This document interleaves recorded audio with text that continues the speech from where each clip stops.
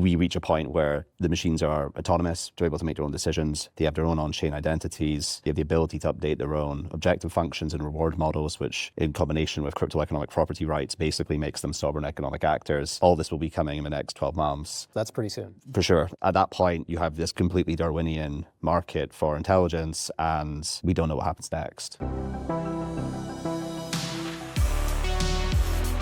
Ben, Harry, thank you so much for coming on. Let's start here. What is the biggest misunderstanding that people might have about the problem you're trying to solve? I think probably how deep the problem itself actually is. I think people think a lot about the AI space right now, and they think about it at this sort of like product level, like the systems they're interacting with, like ChatGPT and things like that, but they don't realize how much is actually behind those systems necessarily. And I think the wider world, how much centralization is actually behind those systems. Those systems rely on a very small number of companies to run them. To the average user, you sort of know that you're interacting with OpenAI, but you don't actually realize how much is going through their servers and their systems. Behind the scenes, there's enormous kind of layers of technology, and actually that isn't necessarily the best way to build things, as maybe listeners of this will already know. So yeah, I think they think at that surface level and don't realize there's enormous amounts of infrastructure that doesn't need to be built in the way it's currently built. And correspondingly, to build the decentralized infrastructure, you have to tackle problems that centralized counterparts don't even need to think about, like the verification of, compute and data. Why is centralization a problem in this area? A few reasons. I think it depends on your sort of view of technology. You can go down the sort of pure technological reasons. And so there's things around like the latency between devices, what compute power you're using, the efficiency of all of the compute devices that you're actually kind of using in the world. One of the big examples we always give is if you look at a centralized company, the infrastructure that they're using is infrastructure that they have to kind of buy and put together. Whereas if you look at like the sort of decentralized world, we're all using very powerful devices every day. If we could actually use those devices for some of the tasks that the company would do, like training machine learning models rather than just using them, you could have far more kind of efficiency gains over the world's resources if you built things in that way. So from a purely technological perspective, there's actually a better way of using the world's resources than the current kind of centralized approaches.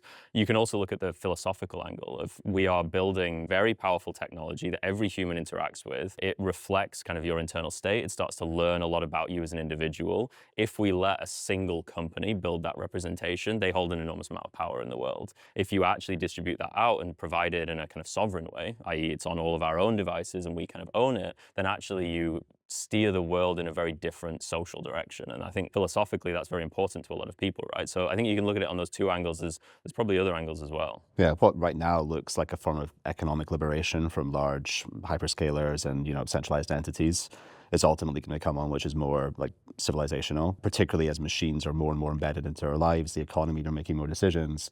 You're going to end up wanting to know that those machines are making them without the bias of, people with their thumbs on the scale. And you achieve that via decentralization because you have more control over how the models are structured, the data they train on, and the compute that's, the models are actually attached to themselves. I think there's maybe one good example, or sort of like a pattern from history here, where if you look at social media, when social media first started rising, we saw it as just this like application that we would interact with. And this goes back to my point at the beginning as well. We didn't necessarily realize as the wider user base how much of that was actually just foundational infrastructure for the future of humanity. This idea that we could interact with each other across enormous distances actually isn't necessarily just a product. It's fundamental human infrastructure. And so because we built it as a product, we allowed all of the power to accrue to that small number of companies who built that infrastructure. Actually, we look at machine learning and AI and we say, well, this is the same thing. This isn't just a product that you chat with. It's actually new fundamental infrastructure for humanity. And we should build that learning from the lessons from before. If we build it as open infrastructure, we actually enable a much better future for products on top of it,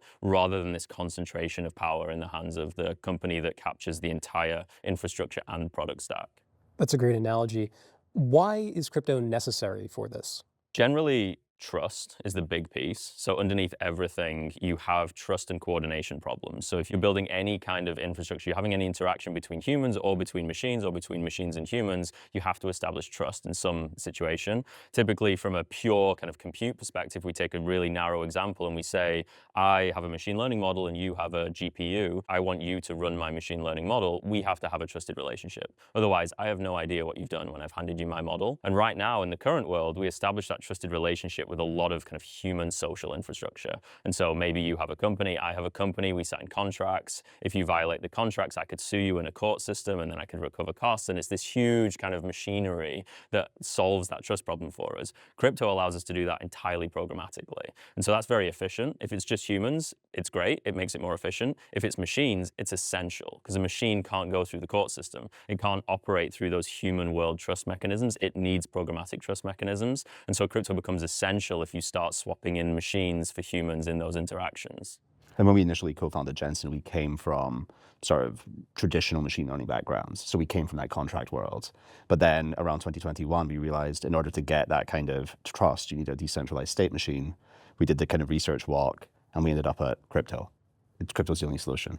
And then ever since, we've been building a protocol. So you came from the AI world, you shifted into crypto, Yep. You're sort of blending these two big trends together. Let me ask you, what goes into training all of these AI models? Maybe you could explain it for somebody who is non-technical. Sure. So maybe to give a kind of whistle-stop tour through the history of ML, I guess. Fundamentally, what you're doing is changing a data representation from raw data that exists in the world to a model, a machine learning model. And this exists in a set of parameters, which are big kind of arrays of numbers that capture the information that would otherwise be in that data. Historically, this has been done in a technique called supervised learning. So basically, in the computer vision domain is a good place to have an example. If I have 1 million images and we all sit down and we label those images and say what's in them. So I say there's a cat in this image, you say there's a dog in that image, and we go through and we kind of put labels on every single image. We can then put all of that data through a machine learning model, and the machine learning model will learn those representations. So in the future, you give it another image and it's like, oh,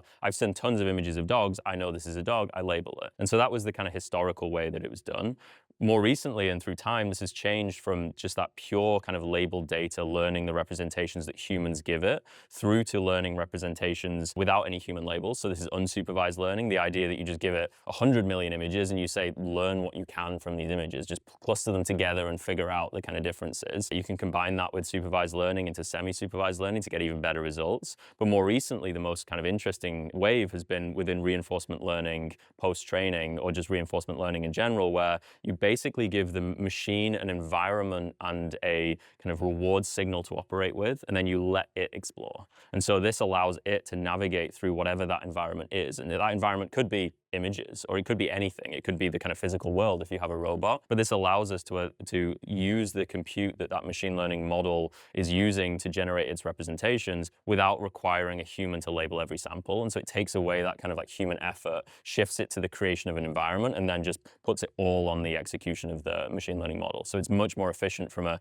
kind of human input perspective, because at the end of the day, we're balancing resources like compute power, data, and human effort, and we need to be able to balance all of those. We thought a lot in the AI space about compute power. We haven't thought that much about the human effort one. And I think with reinforcement learning, we minimize that. We allow it to explore and do its learning without the kind of human labeling. So Yeah. increasing levels of autonomy. Yes.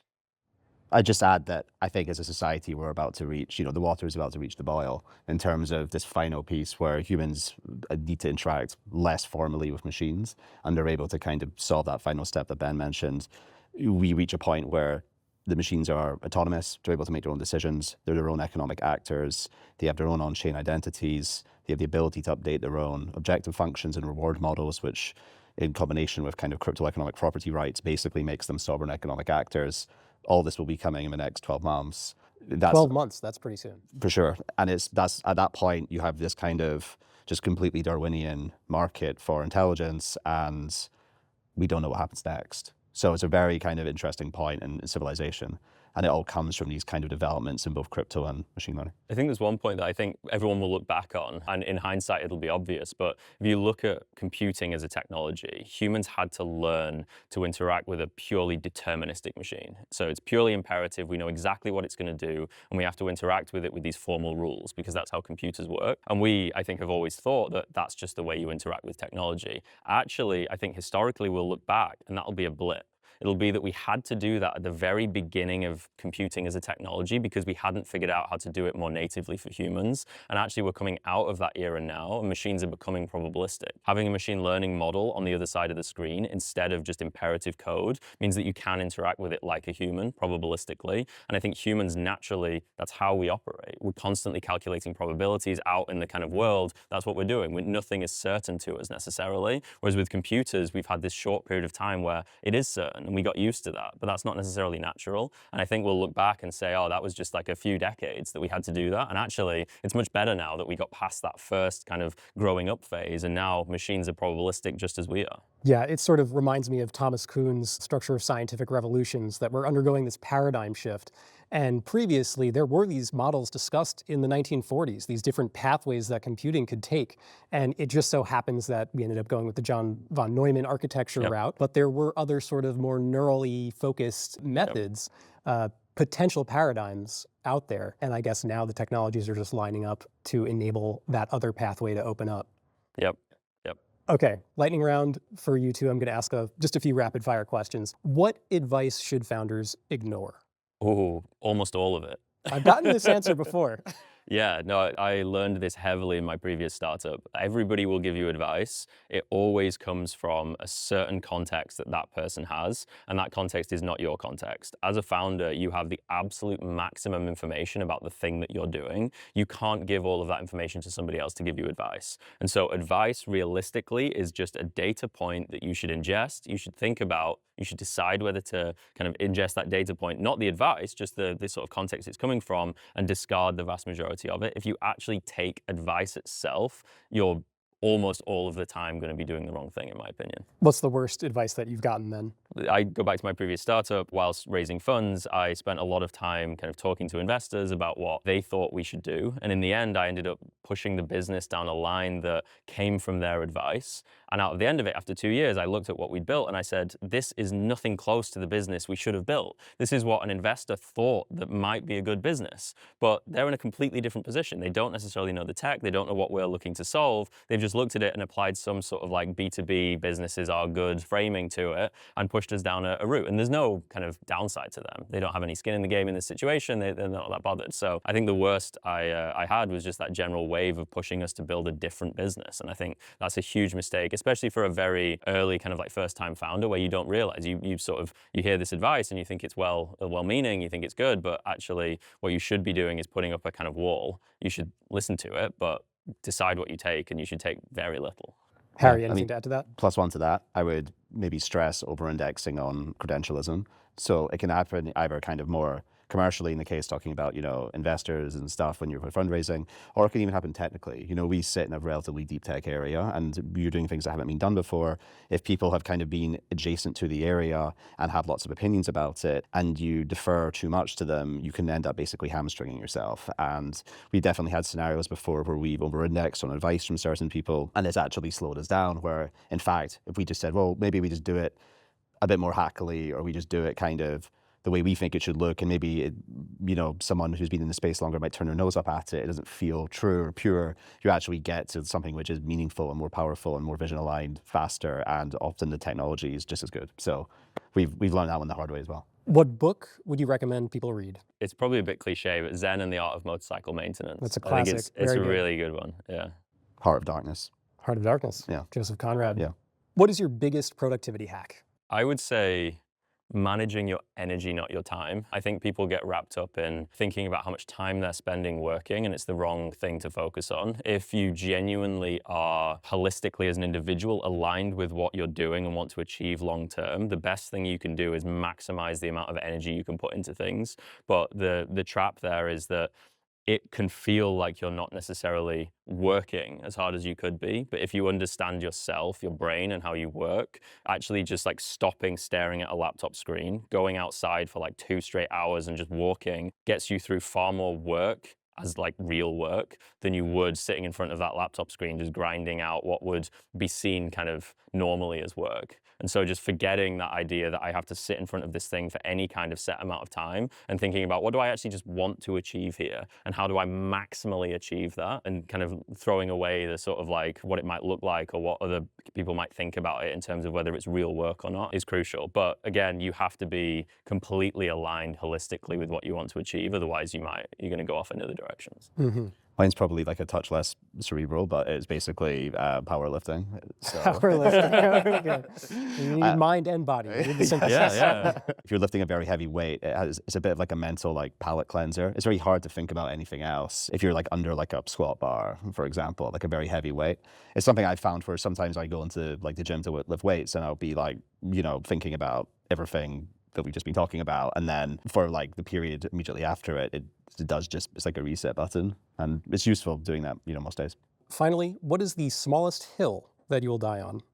I think maintaining a level of curiosity in like, I want to say technical direction, but just like in terms of what you think is going to happen with just like human progress or technical progress. Because I think we see this kind of cycle where a new technology, and obviously we're talking AI here, will start to get some success wider in the world. More people will start to understand it. But it gets to the point where as more people come in, it starts to ossify in the way that it's done. And I think people start to assume that it's only possible to be done in a certain way. And I think in some ways that's good because it's how you really like generalize and productize things. But I think what you have to do is always maintain this is temporary, because like otherwise what timeline are you operating over? Are you operating over kind of whatever success for this technology is in the next 3 months, the next 6 months, the next year, whatever? I think the kind of smallest hill I would die on is just saying this isn't the end state of this thing. So like, let's not think that this is the only way to do things. Let's not think this is the end state. Let's just like continue to kind of follow that wave, but not sort of close off avenues. The avenues are always open. The space is infinite. We're just navigating it. Yeah, I guess I would bucket that under curiosity. Okay. Yeah. Remain open and receptive. Yeah. I have a very pedantic specific one in the context of hiring, which is Great. like years of experience. It's pedantic because you often need to use it like for doing wide-reaching searches. Recruiters will use it, but like it just doesn't make sense in our space, frankly. There can sometimes be like a strange correlation where people who have been like, you know, working too long in one domain area become too ossified and like they're kind of thinking around it. I struggle with that as a metric for people index on. But it's relatively small in the grand scheme of things because it's like a parameter on a recruiter screen. So, Well, it aligns very well with Ben's point about optimizing for energy rather than time. right, yeah.